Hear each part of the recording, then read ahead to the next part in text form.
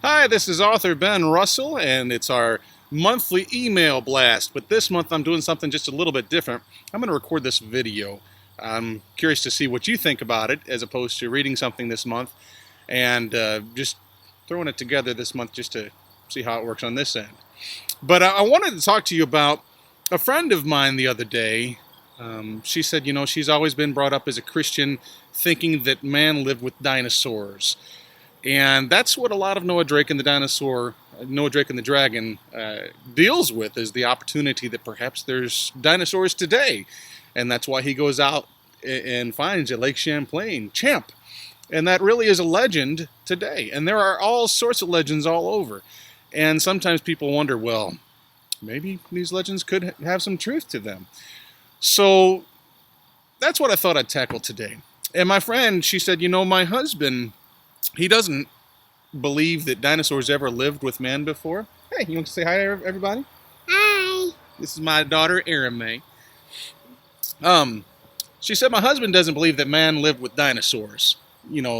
Dinosaurs lived millions of years ago. That was different from man, but still believes in God and believes in the Bible and everything. I understand that because I've been there. I've gone through a lot in the way that I think of how things have come to be. And through a lot of evidence, I do now believe, you don't have to believe what I believe, but I do now believe the earth was created 6,000 years ago or so. And in that time, man was created, and so were dinosaurs. But how do you share that with somebody? I mean, if you don't think that, I probably don't seem very credible. And so what's something that I can tell you about that would help?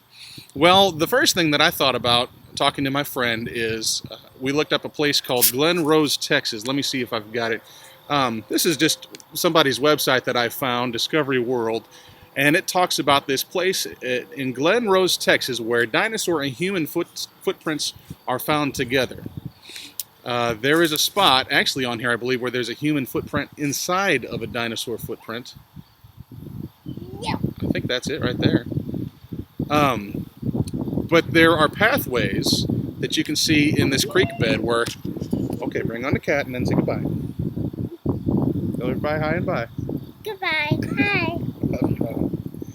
You can see these pathways where dinosaurs walked in this creek bed of mud and it got fossilized. And then there's also pathways where a man walked in this creek bed and his footprints were fossilized as well. I don't know, I don't see those footprints here, but there are, I forget how, well, you can see on this picture right here that red dot back there is somebody standing. That's a long distance, but there is a lot of tracks apparently down here in Glen Rose.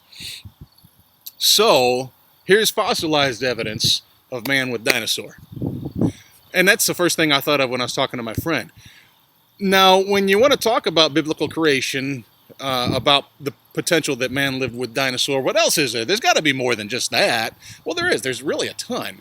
And another resource you could have that is free, if you're on my email list already, you may already have this, or if you don't email me, you say, hey, where's my copy? But I compiled this book, Creation for Newbies. And my goal in this, when I first started writing Noah Drake and the Dragon Killer, I wanted it to be a freebie to help people to learn more about biblical creation. And what Creation for Newbies is it's a book with chapters from other creation teachers and authors. So, like, if you know me, I like Kent Hovind. I've got from him, this is his book, Help on Being Taught Evolution in my biology class. Well, Brother Kent let me republish the first, well, actually, I think I chose the first chapter, but let me republish a chapter from this book in Creation for Newbies. I reached out to Brother Dennis Swift. He's an archaeologist and a doctor, and this is a fun book about the Ica stones and the Nazca lines, which both have cool things. The Ica stones were buried with Incans, and there are etchings of dinosaurs on them. How did they know about them? And, interesting stuff. Dennis Peterson is an author and a teacher, and he's actually been in my area down here at the Creation Museum in Branson, and he's got this book, The Mysteries of Creation. And I bought it on disc because I like the PDF form. I'm a computer nerd. But I wanted to quote a little bit of him. And I've got other doctors and teachers in this book, Creation for Newbies, as well. But I wanted to read a little bit of this from his book, Unlocking the Mysteries of Creation. And Dennis Peterson, one of the things he talks about, let me see. Where do dragon legends originate? Now, Brother Peterson let me, each of these brothers let me use their information and republish it in this book, which I have given away for free. Some of them I have the ability, they're saying, hey, yeah, you can make an audiobook too, which I had plans, I just haven't done it. So I figured it's okay to read this to you.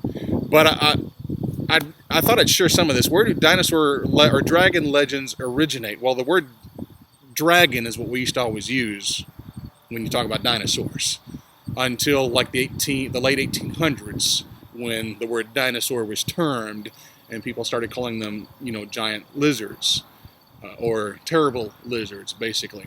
But there are legends all throughout history. The patron saint of England had a famous encounter with a dragon. That was Saint George, and basically he came across a dragon that he had to fight to save a woman. A village was sacrificing, I think it was their princess, to this dragon that had to be fed every once in a while. And basically, and St. George went and saved her. There are legends of South American dinosaurs. There's stories, and I just listened to one the other day. If you look up Brother Kent Hovind on YouTube, I believe it was on September 24th, he had an interview with Brother Joe, I forget his last name, who's a missionary to South America. No, I'm sorry, Africa. And down in the Congo region. And he had stories in this past decade where he's gone down there and talked to the people that live in the, way out, I don't know what you call the Congo area, but the woods and so forth, and have seen what we call dinosaurs. But look up, it was September 24th, 2018, Brother Ken Hovind interviewed this fella, and he tells his testimonies of what he's heard. Neat stuff. Could there still be dinosaurs living today? Well, here's some evidence. How about this? The Santa Cruz carcass of 1925. Many people saw it. The press reported it. In 1925, Monterey Bay, California, there was a giant rotting corpse that washed up on the sea. And it's called the Santa Cruz Monster. And there are a few pictures of it, and people believed it could have been a dinosaur. Could have been, I think they said, a plesiosaur. There was a modern possible plesiosaur discovered by a Japanese fishing crew. And if you Google this, Japanese plesiosaur fishing crew, you'll probably find it pretty quick in Google Images, where they have this carcass of a body that if you look at it, it looks like it could be the dead body. You see bones with flesh hanging off, dead body of a plesiosaur. Is there really a Loch Ness Monster? Hey, people have had sightings of the Loch Ness Monster for many years, especially since they built that highway along Loch Ness. There have been more sightings of the Loch Ness Monster since then. That was in the last 50 years, I think. So we're just today, that's what we're used to, and we still hear those. Lake Champlain, that's what Noah Drake and the Dragon Killer is based off of. Champ, there's been sightings of Champ every year, and it continues to be. So if you're looking for resources that you think, maybe man did live with dinosaurs, what I wanted to do is just remind you that I have this free book, and it is called Creation Science for Newbies. Or here in this title, it's called Creation for Newbies. But this is a free book. You just email me and say, Ben, where's my book? I want it. Ben at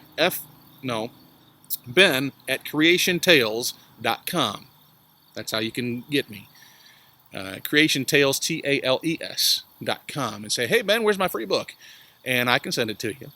If you subscribe on my website, I can send it to you that way as well. Subscribe to my email list. But lots of good information there. And that's a free resource that you can check out if you're curious about, did man really live with dinosaurs? And it's very possible they did. And after a lot of the information I've looked at, I do believe they have. So, but that's it for this month. I hope that's some cool information for you. Let me know what you think of this format, and we'll talk to y'all later. God bless.